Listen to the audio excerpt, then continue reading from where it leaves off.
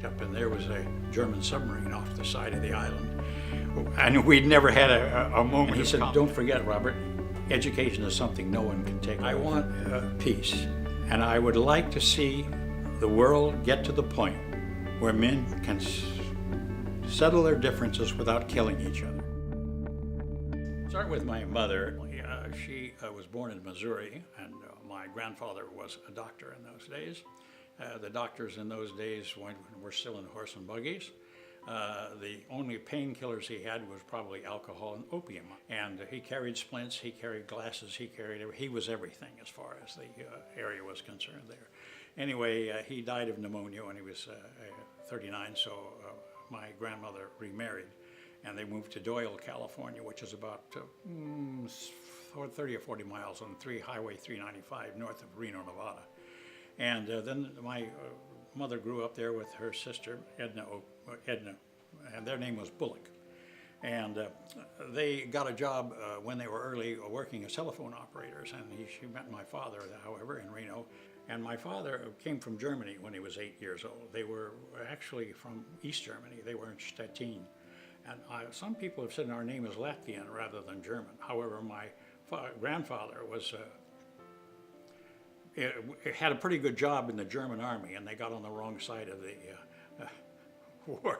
war, and so he had to send my grandmother and my father to California or to the United States, and then he came a little bit later. They moved to Sacramento, and my aunt married my uncle Raymond C. Oakley at about in the early 20s.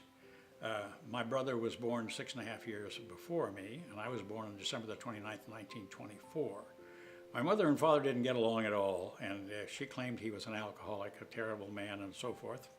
And I found out later, however, he had shingles, and it was one of the few ways he could get some relief from the pains of the shingles. My mother and father were divorced, and my uncle and aunt fortunately didn't have any children, and they took my mother and my brother and I into their home during the Depression. I just didn't see my father. It isn't like it is for the divorces today, where the children get battled back and forth. I saw my father once, and I think they snuck me out to see him at a ranch one time. And the next time I saw him, he was in his coffin when I was in the 8th grade. And so I really didn't have too much to do with my father. My uncle, who became my father, was really quite an interesting family, because his father was born on the corner of 10th and O and 10th in Sacramento in 1851.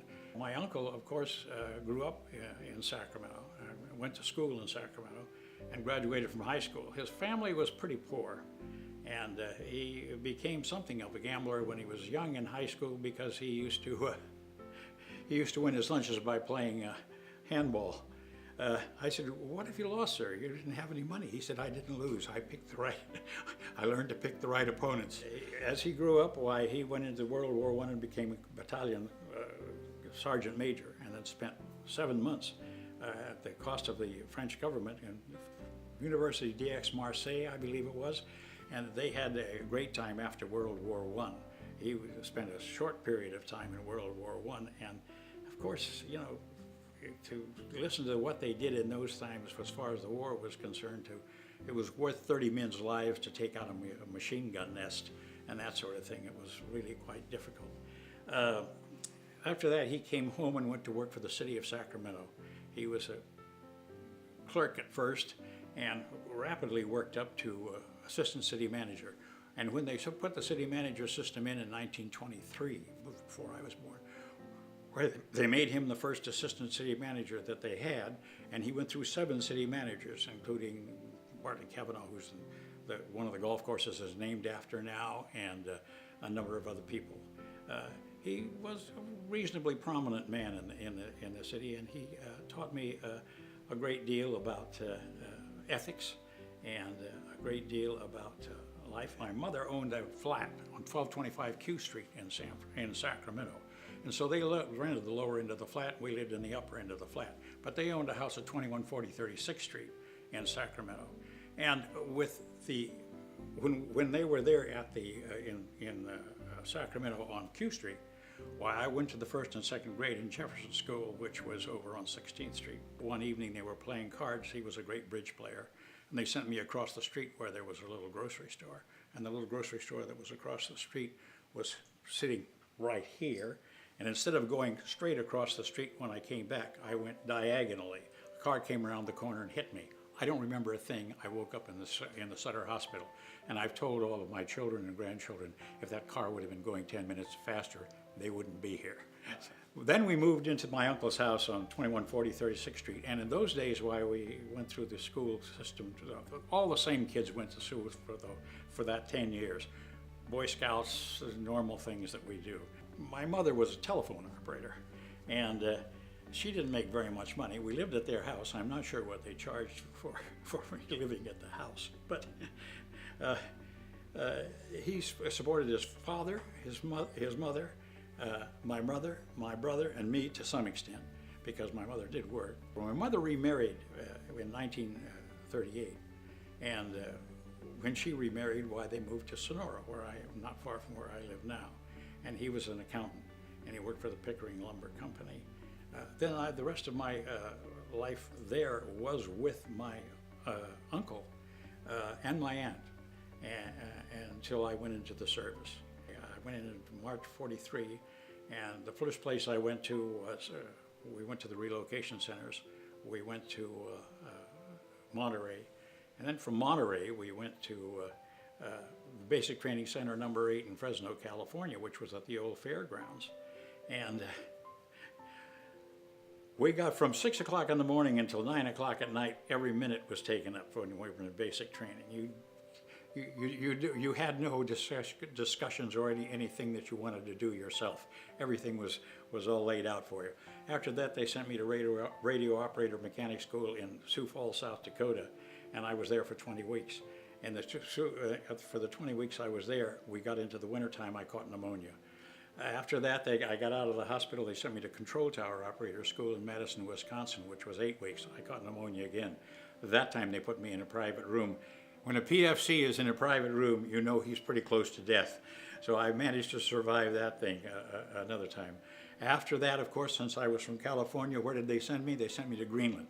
And at Greenland, we were took care of the planes being ferried over to Europe. And that was in 43, 44.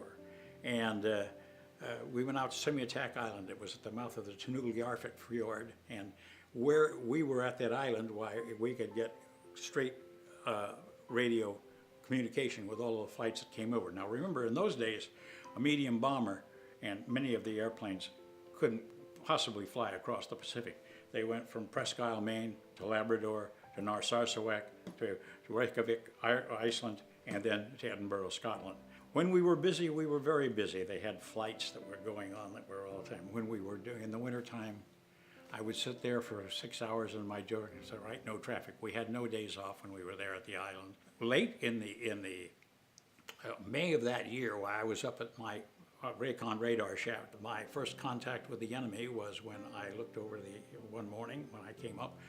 It was May, and of course the days were pretty long in those days, and I looked up and there was a German submarine off the side of the island. And in the German submarine that was off to the side of the island, I could see a guy at the conning tower, so I went in and got the field glasses, and I looked over there, and sure enough, and he didn't see me right at first. Then all of a sudden, I could tell he saw me, and as soon as he did, a bunch of guys came out. Now we had 26 men on the island. They usually have 60 men on the submarine. We had instructions in case we were invaded to destroy the equipment and save ourselves. We had 230 caliber machine guns, 250 caliber machine guns, and each of us had a carbine. And we'd never had a moment of combat amongst the group of us. So at any rate, they had the guys come out and they put the cannons over there. But this was in March, and the war was just about over, and obviously they knew that. So at any rate, I told the air-to-ground people about what was happening, so they came out, and sure enough, they could see it. So they called the main base, which was 58 miles up the fjord. Narsarsuaq, Buoy West 1 is what they called it then. And we told them we had an enemy submarine off the island, and they didn't believe us, and then we told them again, and then they decided to believe us, and we said, send bombers and go after these guys. And so they But they were on voice communication by then. We used to you do a lot of it in CW code, but they were getting the information back and forth as fast as they could. And we were surprised to hear that they said, we got bombers here, but we don't have any bombs. So they called Labrador, 726 miles away, and Goose Bay, and they sent over the airplanes, and they came over about 3.5 or 4 hours later. By that time, the submarine was long gone. My combat with the enemy. After I got out of the service and came back, I just knocked around. I spent most of my time at home, met my wife, and we got married in March of '46. I met my wife through my best friend when I was on a furlough after I'd gone through basic training. Why, I'd met her briefly then. When I came home, I was in Presque Isle, and they had a CDY. I went to Wichita Falls, and then they got a 40-day temporary duty. To make a long story short, the last 5 months I was in the service, I spent 4 of them at home, and the rest of the time I was just knocking around. At any rate, I met my wife, and she was quite young, and so was I. And we got married, went to Reno, Nevada. She went to the Catholic schools, and her family wasn't too happy about it when they found out we were married. She was really worried about her grandmother because her grandmother was always kind of strict with her. They called her Biddy. Her name was Elizabeth R. Hamilton. And she was really worried about the time when I would meet her. When Biddy and I met, it was she was the greatest gal I ever saw. She and I got along wonderfully till the day she died. Her father was Linus Cassidy, and he was born in Berkeley, California, and his parents were the Cassidys, he worked for Standard Oil. And he did extremely well for them. He handled the historical standpoint for Standard Oil. Her father died, Linus Cassidy, when she was about 2 or 3, and her mother remarried James Kearns, and then they had 2 more children. So my wife had 2 half-brothers and sisters. Her life with James Kearns and the other thing was not a particularly happy one. But the important part of their family was the fact that her mother's father was Guy Clarence Hamilton. Guy Clarence Hamilton was vice president and general manager of the Sacramento Bee. And he really had some colorful stories, and he passed away in 1950. So I had a chance for 2 or 3 years to talk to him. The last years of his life, he had half of his body they didn't have the proper circulation. And because of that, when you would be talking to him, he would be rubbing his legs and rubbing his arms. Well, he went to work for the Sacramento Bee in 1911 or 1912. He got into a tiff with them, and then he wanted to start the radio stations. They didn't like it too well, the McClatchys didn't, but he talked them into it and going into business with the Kimball Upson Company, which was like Macy's or a department store. And they didn't think there was going to be anything with this newfangled radio business, and then they found out the radio business was pretty good. The interesting part was, after he had worked for quite a while, the 2 brothers were fighting with each other something fierce. Vince and C.K. just couldn't get along. So they called them down to the Bank of America at 8th and J, which is the main branch at that time, and Ham told me that they wanted a price at which they would buy or sell. And they finally settled on the price, but then they couldn't decide who would buy and who would sell. So they flipped a coin. If it had been tails, Ham would have been out of a job. As it was heads, and he was vice president and general manager of the Sacramento Bee. Within 3 years, he'd set up the Modesto Bee and the Fresno Bee, and in 1935 and 1936, he informed me he was the highest salaried man in the state of California. He made $5,000 a month during the Depression. And that was when the governor of the state of California made $15,000 a year. And then he went on we went back to East quite a bit. He knew James Farley, had a number of notes from Franklin Delano Roosevelt, because the Valley of the Bees was important as far as the politics was concerned in those days, as you can well imagine, and was very much involved with the country. To give you an idea of how he ran the Bee, in 1952 I had the occasion to go to Modesto and sit next to the guy that was the manager of the Modesto Bee. He said, "Did I know Mr. Hamilton?" He said, "I remember he called me on the phone one time to read me out," and he said, "For 35 minutes all I said was, 'Yes, Mr. Hamilton.'" They felt like he had everybody buffaloed. That was really the story. And one of the jobs that his wife really hated was that Carlos McClatchy was C.K.'s son. Eleanor McClatchy was his daughter. And Carlos McClatchy was a down in the gutter drunk. He would go down to the lower end of Sacramento when the lower end of Sacramento was really the lower end, when you could find people laying on the sidewalk dead drunk. And when Carlos got into trouble, YCK would call Ham and wanted to keep it quiet, and he'd have to go down to the lower end and find out where he was and dig him out of the gutter. And boy, did he hate that part of the job. And when CK passed away in 1938, Eleanor McClatchy inherited the Bee. So she came into the Sacramento Bee in Sacramento, naturally, and she started to make a few little changes. So he took her by the arm and walked her out in front, and he said, I set her out there and said, don't come back in here without my permission.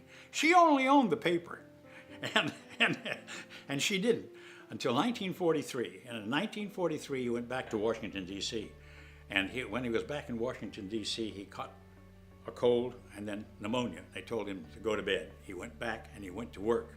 And they hauled him out of the Sacramento Bee feet first, and he was not able to work for 3 or 4 months. They suddenly discovered the Sacramento Bee would work without him, and he never went back again. Well, now there's another thing that was interesting about his family, and that's the fact that he had 4 children. And it goes back to one of the things that I think about when you give your children too much. All of the children had they could have all the education they wanted to. His son Paul was an alcoholic who was the bootlegger for St. Mary's College. His oldest son Clarence failed in 2 businesses that he set him up in. His oldest daughter Helen became a nun, and they had to go back and buy her out of the nunnery 10 years later. Then Margaret was the youngest, and of course she married Linus, and their first child was Pat.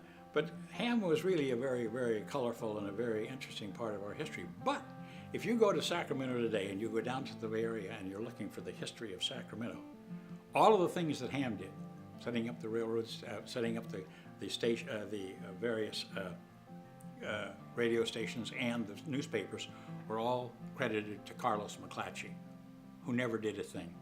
My mother never really discussed it too much with my uncle did. And of course, he was my father, my mentor, and one of the persons I most respected in my entire life. And he said, don't forget, Robert, education is something no one can take away from you. And it was extremely important as far as he was concerned. He gave me my morals to a great extent. He really spoiled me to a great extent because of the affection he had for me. But when he laid down the law, he laid down the law. But he rarely ever laid down anything for me. His idea was, are we asking too much of you? Is this unreasonable? And he would reason with me, and usually his reasoning was right. And of course, I respected him so greatly that I wouldn't have defied him in most anything. I was not a great student. I got straight A's in history, but that was about the only subject. But I didn't have a chance to go to college myself. And I've never really regretted it, because I think going to college, unless you have a specific thing that you want to learn, if you want to be a doctor, if you want to be a lawyer, if you want to be an engineer, if you want to be something like that, and when you get out of college, you've got a skill, fine. But to go to college for 4 weeks for a general education, I've had some of my grandchildren do that, and one of them was a bartender. He can't get a job now. What's the advantage of it? I think for the cost of it, it's a waste of money unless you're going there for a specific purpose. Yeah, we have to have a lot of reverence for education. But I got my education through working for a company, working with a company. I felt like a 4-year education would have been not particularly valuable to me. First of all, now all of my children, 3 of the children all have college degrees, and my youngest son has a master's, and they've all got a good education. On the other case, however, my oldest daughter graduated from high school, never had a degree, but she married a Stanford PhD, and that gave her her education. At any rate, yes, education is extremely important if you're doing something, but as an overall thing, I would say if you're going into a trade or something like that, it's a waste of time.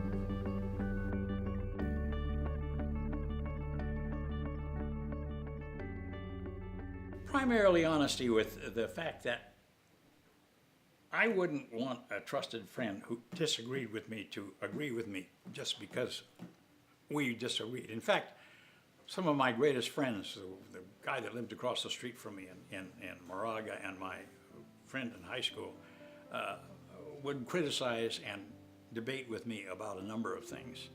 I really felt like I learned a lot from someone not agreeing with me and being able to understand. For instance, when I had a very good friend across the street from me when we lived in Moraga. This was during my business career. His name was Eddie Staub, and Eddie was a brigadier general in the Marine Corps. And we used to argue, and we'd get out there on Sundays, and instead of doing our work, we'd drink beer and argue with each other. Oh boy, we'd argue about everything. One of the things we argued about, which was interesting, when I was telling him about I own my house, he says, Robert, you don't own your house. The government owns your house. The government owns everything. What you own is a bundle of rights, and the state will help you protect those rights. You can't put a gas station on the front lawn. You can't put a 200-foot tower in the backyard. And so I finally discovered that, we really have to pay attention to government, because government is very much part of our lives, which I'm sure you're well aware of. Did I ever find myself running with the wrong crowd? Yes, a couple of times. But in most cases, I followed my uncle's advice, and when someone did something that you felt was really wrong, then have nothing to do with them. Get as far away from them as you possibly can. Probably was a good idea. I got to do enough mischief by myself when I was in high school. Well, Mrs. Sim was a counselor, and when I went into there, I wasn't doing well in chemistry. And she finally said to me, Bobby, I think you're just lazy. And I said, well, better to be lazy than stupid. And then she said, leave. That's a really difficult thing, to get into somebody else's mind. What's important to you? What's important to the child? What's important to somebody else? May not be that important to you. If I was a great tennis player, I'd probably want to get in with the right crowd and playing tennis.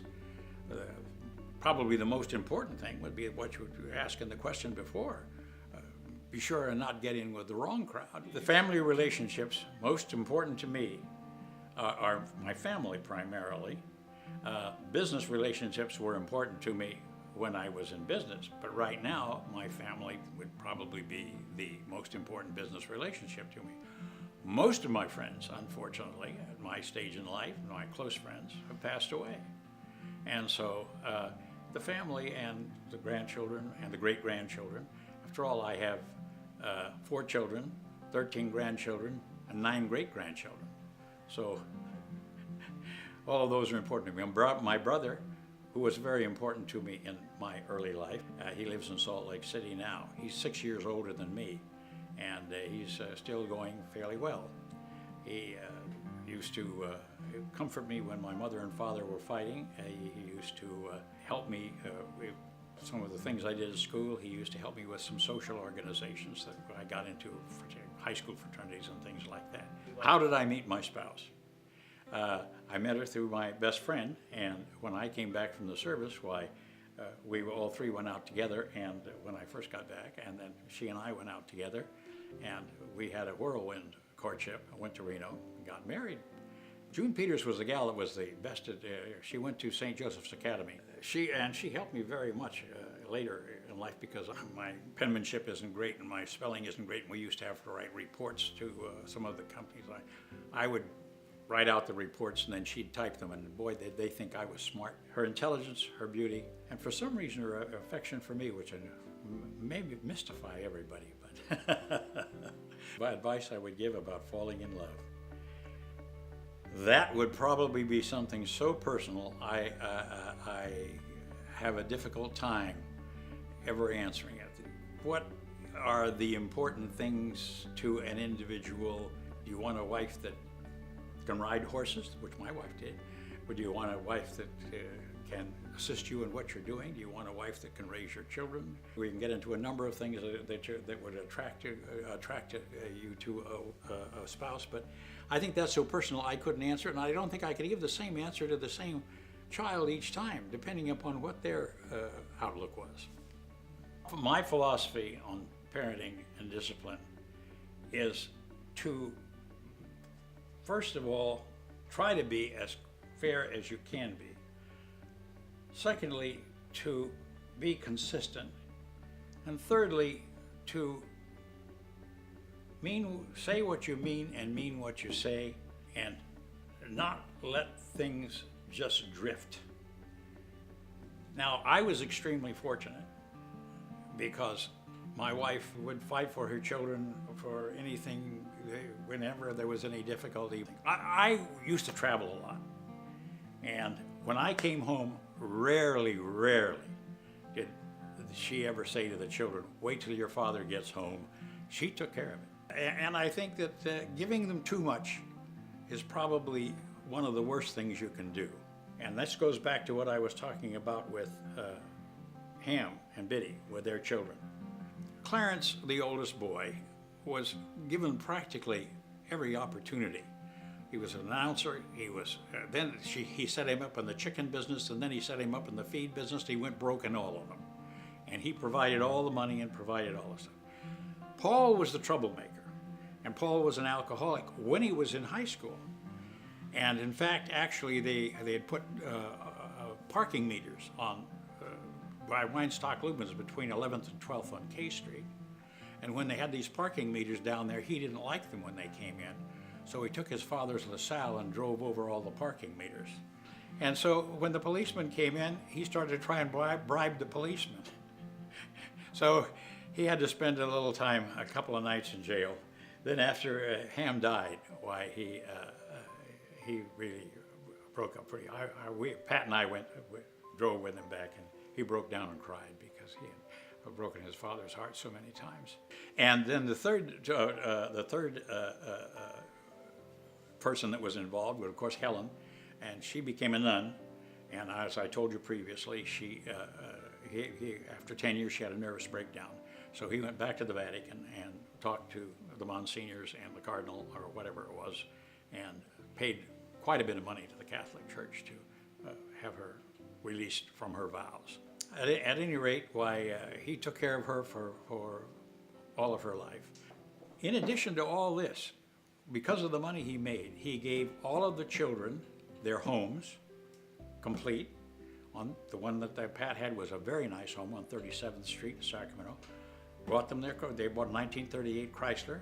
He used to pay the insurance and the taxes on the house and for the children.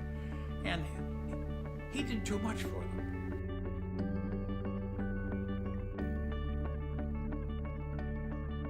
Describe my career path. Of all of the guys that I loved most and was my greatest mentor, I told you, was my uncle, and he was. But he was also very fond of me. And so when I got out of the service, he arranged for me to get a loan at the Bank of America for $3,000, and I bought what was with another guy called the Northern California Chemical Company. No experience, no. As city manager, he was a great politician, but he wasn't a businessman. $3,000 in those days was a year's salary for an average working man. After we got into it for a little while, I could see that it wasn't going to work. We were at it for a year and nearly starved to death. My brother then got me a job with his best friend, was a guy by the name of Don Towns, and he worked for the Carnation Company.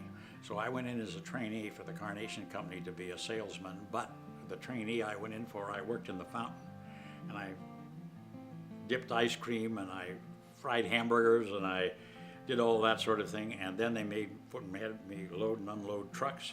And then they promoted me to salesman. I had my own car and to go out and get new business. Now in Sacramento, at that time, there were approximately 12 ice cream companies. Now ice cream was a very profitable item, but after the war was over, with everybody gnawing at the same bone, it was pretty tough. But I did reasonably well, added some accounts, but I knew that the thing wasn't going well, and Don, I was branch manager, and he was my brother's best friend, and they came down and fired him. But in the meantime, I got an offer from Taylor's Dairy. Warren Taylor was a guy that had started during the war with a milk route, and then finally got into the ice cream business, and he hired a guy by the name of Don Kahn. And Don, we used to have lunch together all the time, and he brought in another guy that later was most important to me by the name of Mike Hickey. He was a great salesman. He drank whiskey first, chased girls second, and sold Alliance products third, and was the best salesman they had. Then the Korean War broke out, and Don was a master sergeant, and they recalled him into the service. So I was the only salesman. He only had one salesman, and so I was the only salesman that was there. Well, Warren expected a lot of what was going on, and this thing was very, very difficult. So Mike Hickey, who worked for Lyons Magnus, told me about a guy by the name of Alan Weber who was working for the Lily Tulip Cup Corporation. So I went to San Francisco and saw Bud Quist, and we hit it off beautifully. That was the beginning of the really where the tough situation got a whole lot better. I had a week of training. Bud was really good with the detail work, and I wasn't, and he really broke me in nicely. Anyway, I had a good basic training. I went back to Sacramento, had the Sacramento territory, and I began to expand. Bud liked me so well, we moved the guy from Oakland, from Stockton and from Fresno, and I then had the Northern California area. The biggest account we had was Zellerback Paper Company, $60,000 a year, and then we had three small ones, Ralph's Distributing Company, Tiedemann and McMoran, and Scottneck Paper Company. Within 3 years, I had them up to $60,000, and the Zellerback Paper Company hadn't lost any business.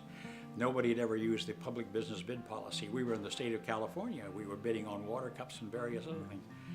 A previous salesman had never done it. Fortunately for me, and this runs into the situation that you would get into about education, the two guys that were my major competitors were Continental Can and Dixie Cup. Dixie Cup by far had the biggest name. Lily Tulip didn't have the biggest name. Well, they were both graduated from college, and they both thought the world owed them a living. They didn't realize that the important part of sales was work. It was like shooting ducks in a barrel after being in the ice cream industry. Well, after 3 years, the guy that was in charge of our Western operations was a guy by the name of William Raymond Linderking. Mr. Linderking was vice president in charge of the Western operations for Lily Tulip Cup Corporation. The headquarters was in New York at 122 East 42nd Street, across the street from Grand Central Station. He had been the sales manager and vice president for the entire company. And they wanted to get rid of him, so they moved him out to the West Coast. And they gave him the West Coast operations, and Zellerback was their prime. At one time, Zellerback was their only distributor on the West Coast. But then the law came in, and the law said you can't do that. You can't just sell to one person. And so enthusiastically, Lily Tulip went after other wholesalers. Well, he drew a line, we used to call it the Iron Curtain. We couldn't talk to New York at all, where many of the decisions were made. It was rather difficult. And there was a shortage, too, of 16-ounce. This is when the 15-cent, 20-cent McDonald's hamburgers were starting, and this was when this time was starting, and it was they began to expand. We couldn't make 16-ounce, 9-ounce, and 6-ounce coffee cups fast enough. The other parts of the business, though, we had plenty of cups, and we were able to sell those. After about 3 years with Mr. Linderking, they finally retired him. And when they retired him, they sent out a guy by the name of Roy Davenport, and he became regional manager for the West Coast operations. And then we were wide open to New York. And I was still in Sacramento, and Roy and his wife came up and visited me. I was surprised, actually, when he first came up. Spent some time with he and his wife, Doris, and then about 4 months later, he called me down to Los Angeles. And he said, Bob, we'd like you to move to Portland, Oregon. And I said, what do you want me to go? This is a surprise. I just bought a new house. I said I have 3 bedrooms and 1 bath. I got 4 bedrooms and 2 baths. What have you doing? But I hadn't finished the deal yet, so I got out of it. But at any rate, I said, well, Roy, I got to talk to my wife, and I want to see what she thinks about it. Well, I walked back, and her typical deal was, what did they say? I wanted to move to Portland, Oregon. When do I pack? I'm ready to go. And she was. She was absolutely delighted to get out of Sacramento. She thought it was. And when we moved to Portland, Oregon, then we really had some fun because we were on the expense account. And when we were up there, we stayed at the best hotels. My mother and aunt were living there in Sacramento, so they took care of the children. I had 3 children at that time. David wasn't yet born. Portland worked out to be a very nice deal for me as well, and besides, Continental Can had all of the Safeway business, and the cottage cheese cups were big in those days. They were paper cottage cheese cups in those days, not plastic like they are today. And we made we made paper cottage cheese cups, and so did Continental Can. Well, Continental Can kind of had an in at the headquarters, but I got to know Byron Dodds and his wife Gladys and their children, and we got to know each other so well that we spent Christmas and New Year's together. So he wrote a letter to his district manager, and in the third page on the fourth paragraph, he said, "Oh, by the way, I think I'm going to change the Lilly Cup Corporation for my cups, and if I don't hear any objection from you, I will go ahead and do that." He waited 2 weeks, he didn't hear any objection, so when Jim Ward came down, who was the district manager, I said, "What are you doing?" He said, "Oh, I'm changing for like I told you in my letter." "What letter?" He didn't read it. Anyway, I got that, and so they decided then to change the situation and make packaging part of Lilly Cup Corporation for ice cream cups. We had strawberry cups, whole strawberries in the Northwest. We made a special 17-ounce container for that. And so they set up the packaging. So I became packaging manager for the Northwest. And very importantly, at that time, a guy by the name of Hal Johnson replaced me in Portland, Oregon, and I moved to Seattle. The guy that was manager of the general line was a guy by the name of Hob Lorenz, and he was afraid I was going to take his job or something because he did everything he could to try and knock me down. But he was in his 60s, he was worried about it, but I had no interest in his job at all. I was there about approximately 3 years, and we did reasonably well, because I must have done reasonably well, because they then moved me down to San Francisco. And actually we were on Peninsular Avenue in San Mateo. And in San Mateo, we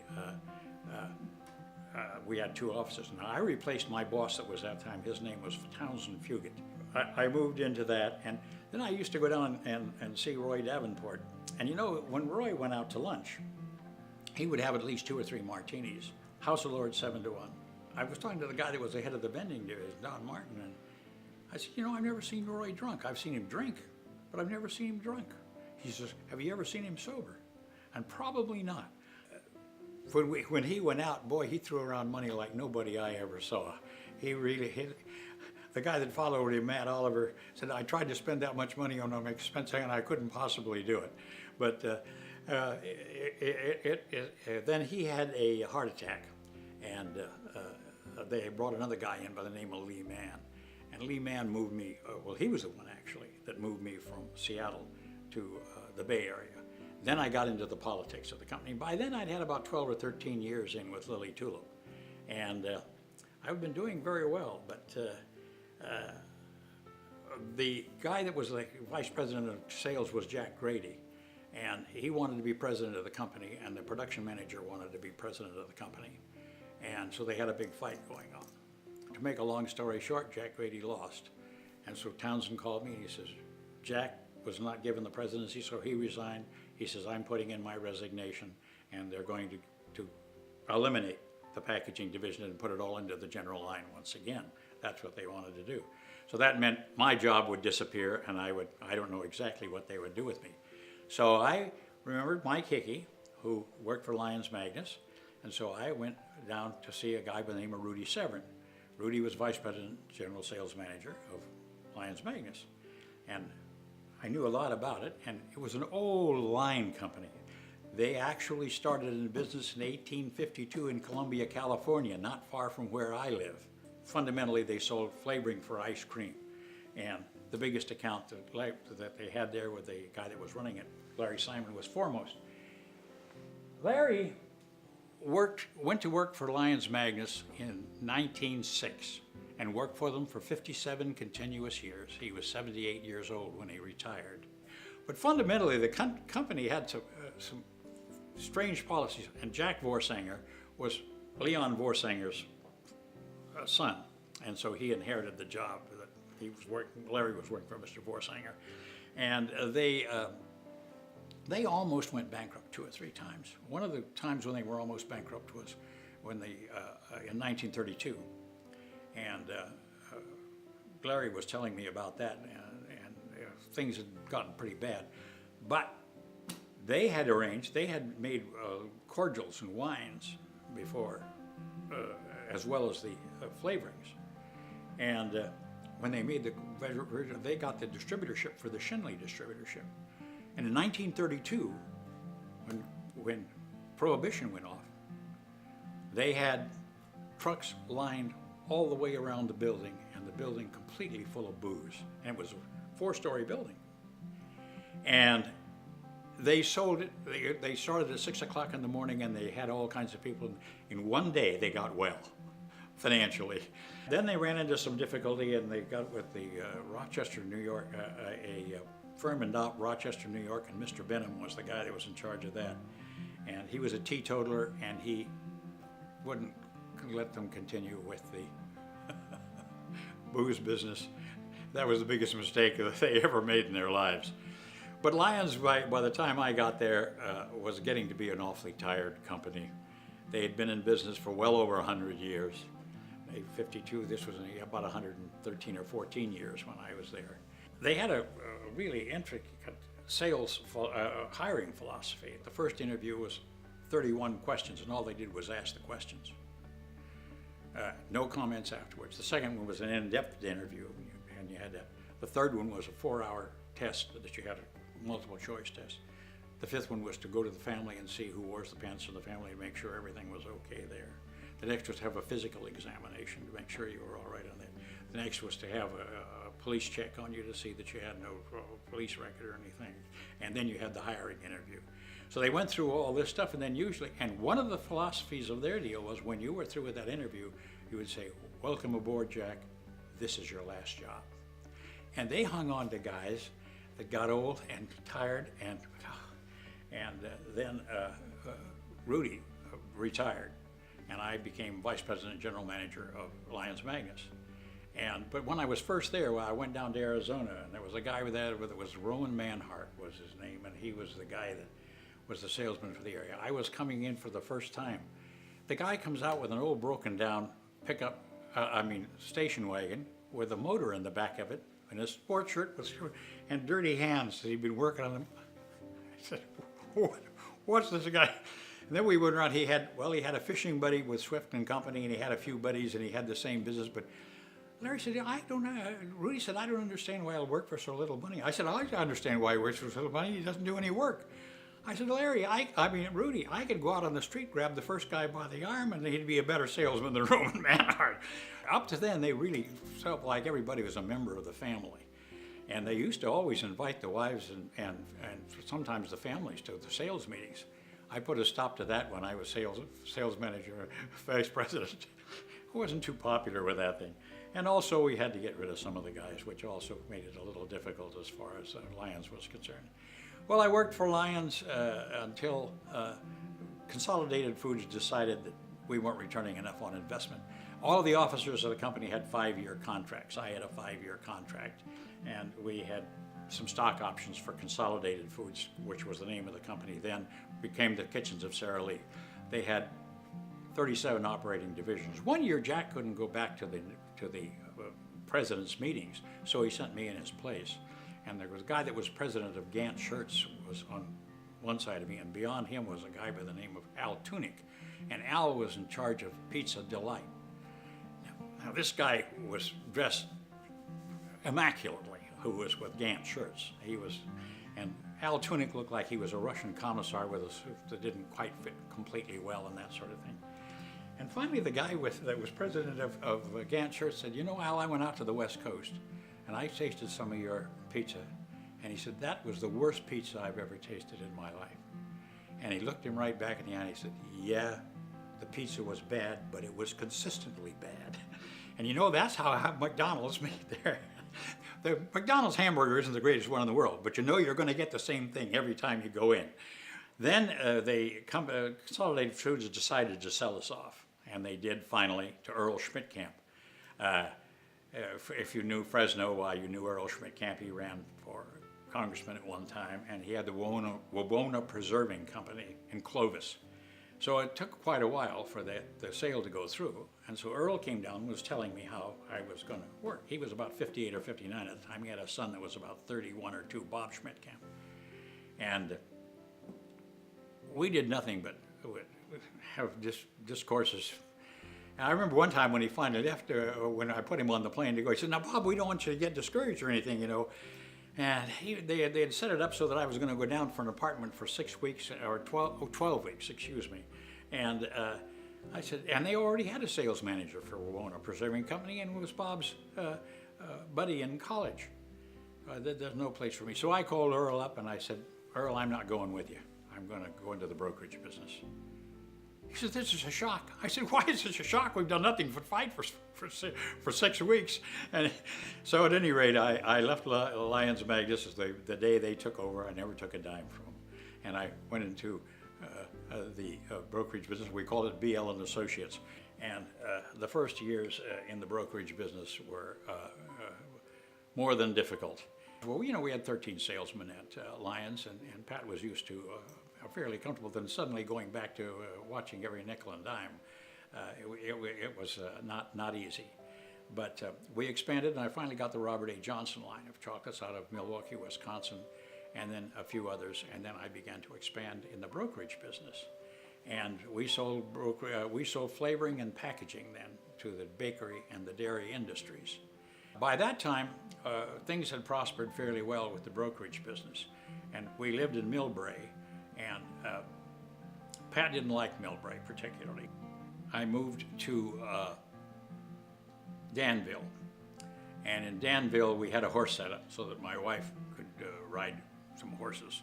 But we only had about 1.5 acres, and they had to use trails, and it wasn't the greatest thing in the world. And the brokerage business began to expand, and it got better. And then one day I went out and went up on Morgan Territory Road, the top of Morgan Territory Road, and I went back over the hill, and there was 27 acres, and it bordered on the Morgan Territory Land Bank. And the guy had it for sale for around $90,000, and so I offered $80,000 for it, and he took it. So we decided to build a house there, and I got a mobile home that I barely got in there.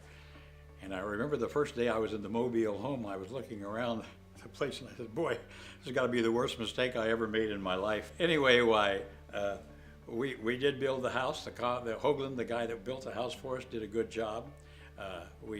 She started to breed Arabians, and things were getting better. And so then David, working for the company that he worked for down here, was getting a sales training, and he got a good sales training with the company that he was working for. So he said he wanted to join me.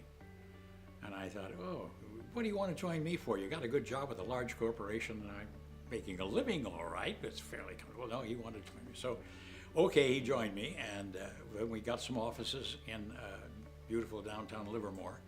And then he wanted to expand the business, and we did. And he took to it pretty well. And we continued to expand, and then finally it got too much for us as far as the ranch was concerned. And so we decided then to move to Black Hawk. And we moved to Black Hawk and lived there 2 years. We got rid of all the horses, the dogs, the chickens, all the stuff that she loved. Anyway, then we moved to Black Hawk. David then stayed with the company, and he ran the company. And actually, when I moved up to Twainhart, why, I would just come down 2 days a week, and David took care of everything else. Then he built a beautiful home in Black Hawk, one of the model homes, in fact. Because it was a model home, they had a big mountain behind it with a waterfall and a hot tub off to the side, and a deck all around, and a barbecue built in. And it was a beautiful place, and it was about 8,000 square feet. And he got it, was repossessed by the bank, and he got a pretty good deal on it. I think at that time it was a lot of money. I think he paid about $1.4 million, $1.5 million for it. As he began to run the company, then I did less and less, and so finally that's when I decided I wanted to move up, and he wanted to get bigger. So then he decided that he wanted to merge with an outfit in Chicago called Guernsey Bell. And so we fought with that deal for a while, and I said, "Okay, you're running the company, you do it. I don't like it, but if that's what you want to do, go ahead." And it was a stock deal. We owned 46% of the company. and then it was a real Donnybrook. And he moved back there to Chicago. Why anybody wanted to move from California to Chicago, I can't figure out. But and they had a beautiful plant, but they weren't doing well financially. And they needed sales, we had sales. They had a manufacturing plant, we needed a manufacturing plant. So we expanded on that.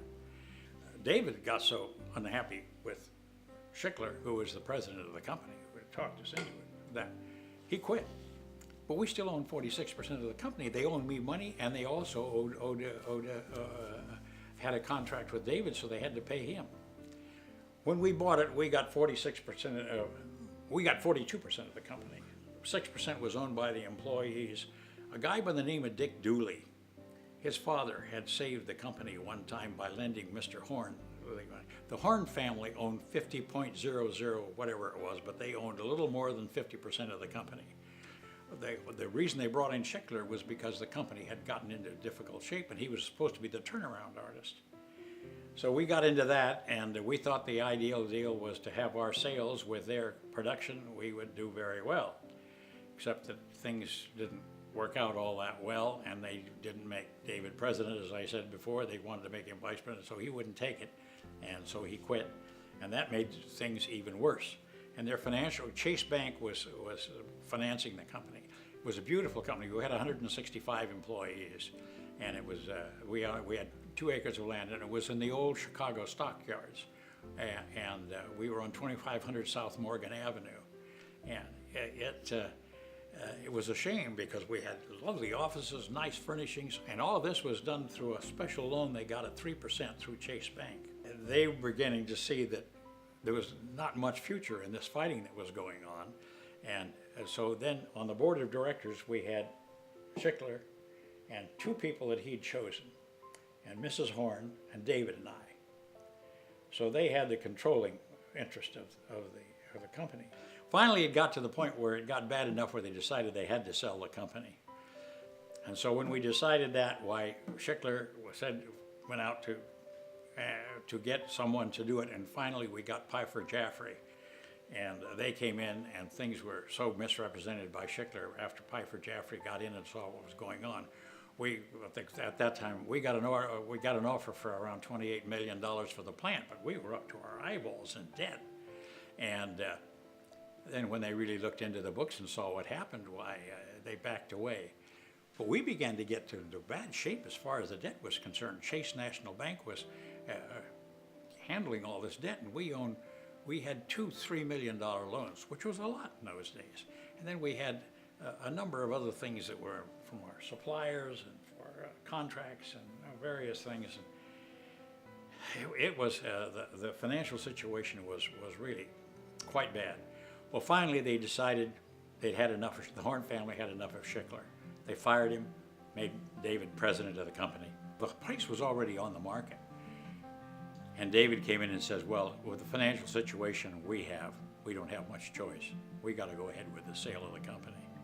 But we got to see if we can. Well, the guy that was on the board of directors that was representing the Arabs, they came in with a $25 million bid. We went ahead with the deal as far as the sale was concerned. And we did come out with it. David came out with the most money on the deal, not a lot. But I got enough to make it comfortable for me, and we finally sold the company.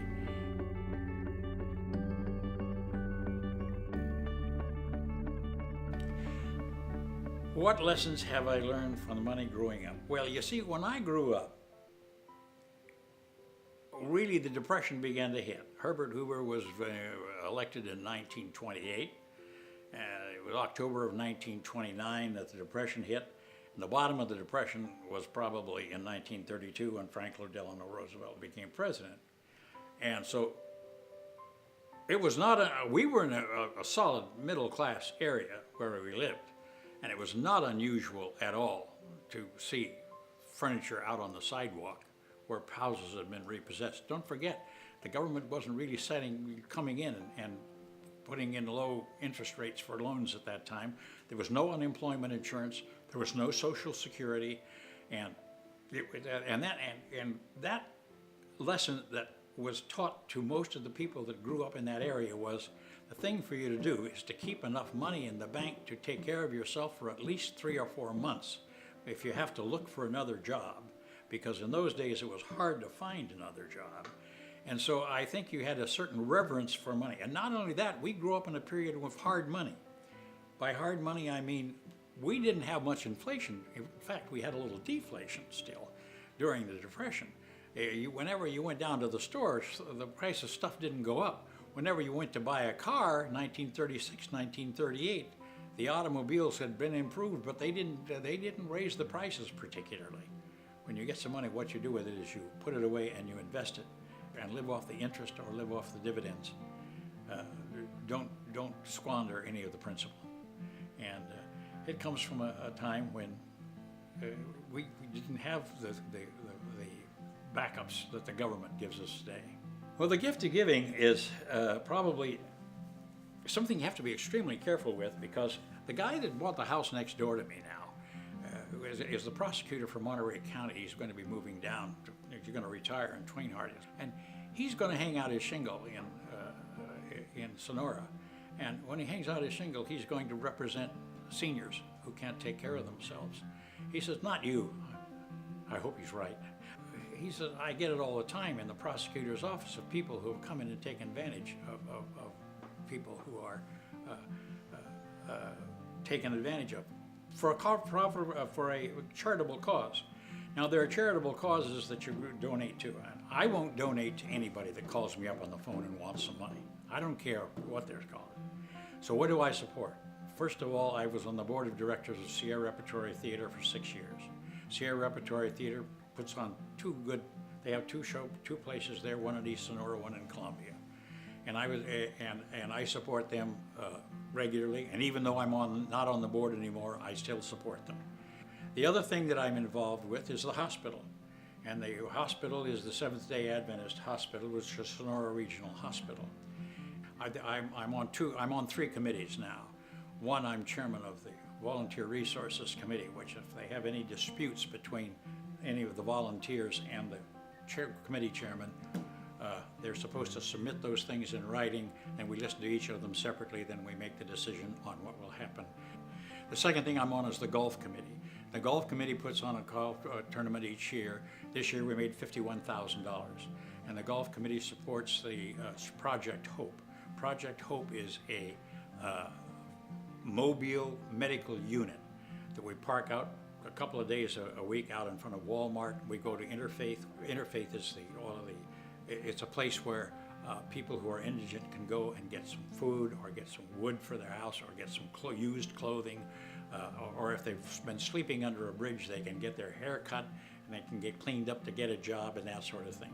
And it's supported by all of the churches in the Sonora area. I work on those committees, and the big money really on the committees comes from donations. We charge $150 to play golf, and that includes the golf fee, that includes the cart, that includes box lunch, that includes dinner, and it includes the awards. The other committee I'm on is a project which I do every Thursday, and I am a patient advocate. And a patient advocate is someone who goes in and talks to each of the patients to see what they think of the care they're getting in the hospital. I come in and say, "I'm Bob Laukat, I'm a patient advocate, I'm here to see what you think of the care you're getting in the hospital. Do you have a few moments? I'd like to ask you some questions. If not, I'll leave." Some of them don't want to talk to you, they're too sick. Some of them, and some of them want to talk and talk and talk, and I figure that's what I'm there for. So for that reason, I support them with my effort as well as with some minor financial donations. So those are the 3 things that I support as far as charities are concerned. I consider the hospital almost a charity. One nice thing about it too is, if I go in the hospital, they'll know me.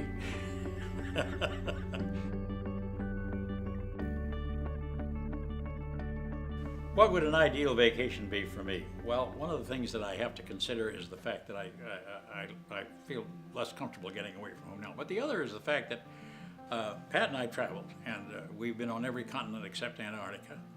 And I've been to London 5 times, and I've seen a lot of China, Australia, New Zealand, and I've traveled, and now I think the more ideal vacation would be like if I were going to do something going into Mexico or down to South America and staying at one place where they wait on me hand and foot and I don't have to do too much and I don't have a heavy schedule.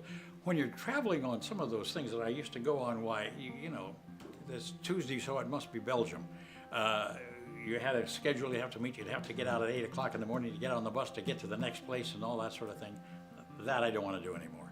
But probably an ideal vacation would be go to a deluxe place and stay, and where they would, all the food and everything would be available, and I hope would have congenial people.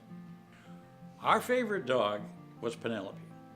Penelope was a German Shepherd. David brought her home. When we lived in Moraga, David brought her home in a shoebox, and she grew to a fairly good-sized dog.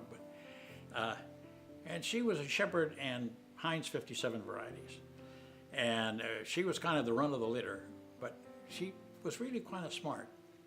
Now, at this time, my wife had all the children in school or beyond. And Christine was married, and so she had time. And she started training the dog. And when she took the dog to training, and then she worked with the dog. And we used to take her out, and when we would walk in, we would go to the Joaquin Moraga camp ground and tell her to stay, and we would walk away. And until we said, come, she'd never break. When I used to walk with her, I never took her on a leash. She never broke. She stayed right there. But it took training, it took time. Pat used to say, give this note to Daddy, give this note to David, and that dog would take the note to the person she mentioned. And we've had a lot of dogs, and we had a lot of them up at the ranch. In her later years, her rear end gave out at the ranch, and we used to have to help her up and down the stairs and things like that. And we were really sorry to lose her, but we had her for 16 years. But we modestly thought that was the smartest dog that we ever saw.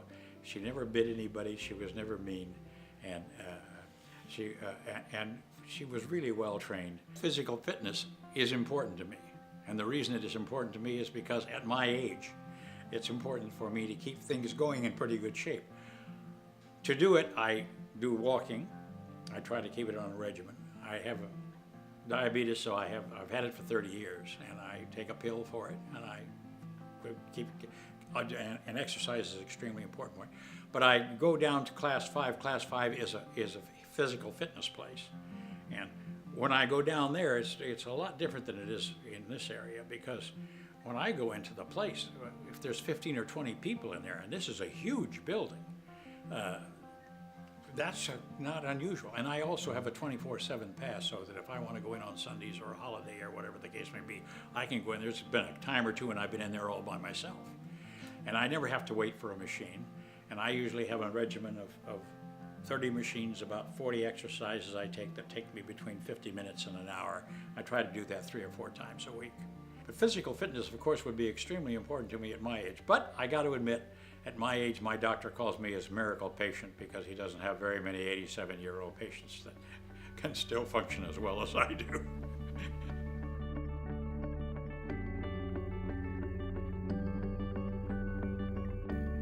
I could sound egotistical and talk about they'd like to remember my kindnesses and they'd like to remember, but you know, there's a lot of people that probably don't have some kindnesses for me, particularly the people I fired. and then I would hope my family would feel I've done a reasonably good job. They've been very, very good for me at this time and at this stage of my life. Why? Sometimes you wonder about your children. As you get older, they become one of the most valuable assets you ever had. And fortunately, all 4 of my children have been reasonably successful. Dreaming the impossible dream, if you remember the song when Richard Kiley used to sing it, dreaming the impossible dream is probably not the thing to do, but to keep your dreams within reasonable bounds. To not, if you're a good golfer, why be satisfied with being a good golfer? Don't just beat yourself to death because you can't be the best golfer. You do the things that you want to do, but try and get goals that are reasonable and reachable. Try to make them within a specific period of time, and don't beat a dead horse. By that I mean don't try to go after something that is obviously after a certain period of time unattainable to you. Move into an area of attainment and try to do the best you can.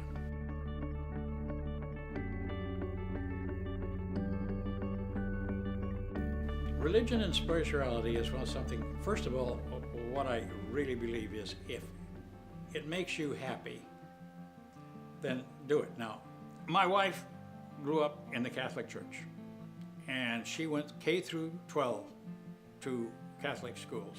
Her grandfather was going to send her to, until she married me instead, grandfather was going to send her to Dominican College in San Rafael, which is a Catholic school. Her family was pretty devoutly Catholic. As the years went by and she looked at some of the things in the churches that were, things that involved with the churches, became much more difficult. I tried to become a Catholic twice, one with Monsignor Lyons when we first got married, and I decided against it, one with Father Casey when we were in.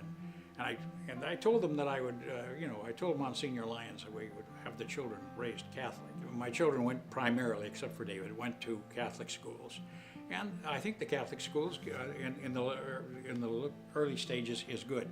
My wife thought in high school the Catholic schools were terrible. They weren't nearly as good as the public schools, in her opinion. If it makes you happy, do it. But I have trouble with organized religion. I used to like to take the train sometimes from Portland to Seattle when I was traveling, rather than the airplane, particularly when the weather was bad. And I got on one time, and Billy Graham had one of the cars on there, and he was with his entourage.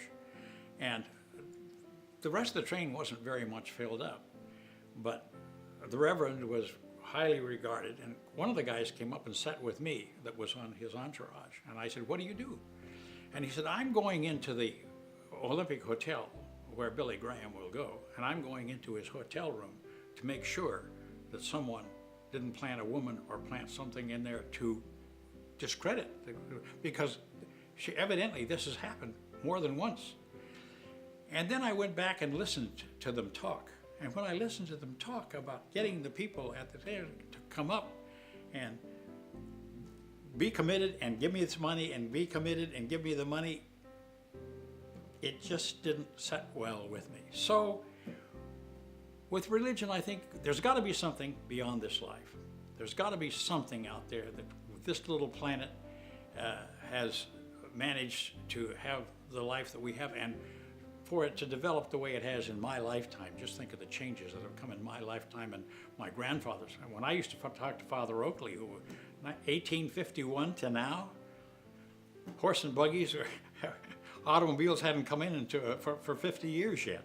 And it's fantastic. But basically, as far as the religion is concerned, my religion is between me and the Almighty. I don't think I need a church, or I don't need somebody beating on a Bible. On the other hand, I think the principles that were involved in the Constitution of the United States and the first three words of the Constitution, which determined where the power was supposed to be, "We the people" are the first three words, are based on the teachings of Jesus Christ. And I do believe in the teachings of Jesus Christ. I think they're good, but I think they've been edited through the years. I can't believe that for 1450 years, scribes took the words that were transferred from Hebrew to Latin to English, and nobody edited them, nobody made a mistake. It's hard for me to believe. What do I want for the world at large? Now, that one was one that I talked to about. I want peace, and I would like to see the world get to the point where men can settle their differences without killing each other, which we have today. So I hope that will come someday. It won't come in my lifetime.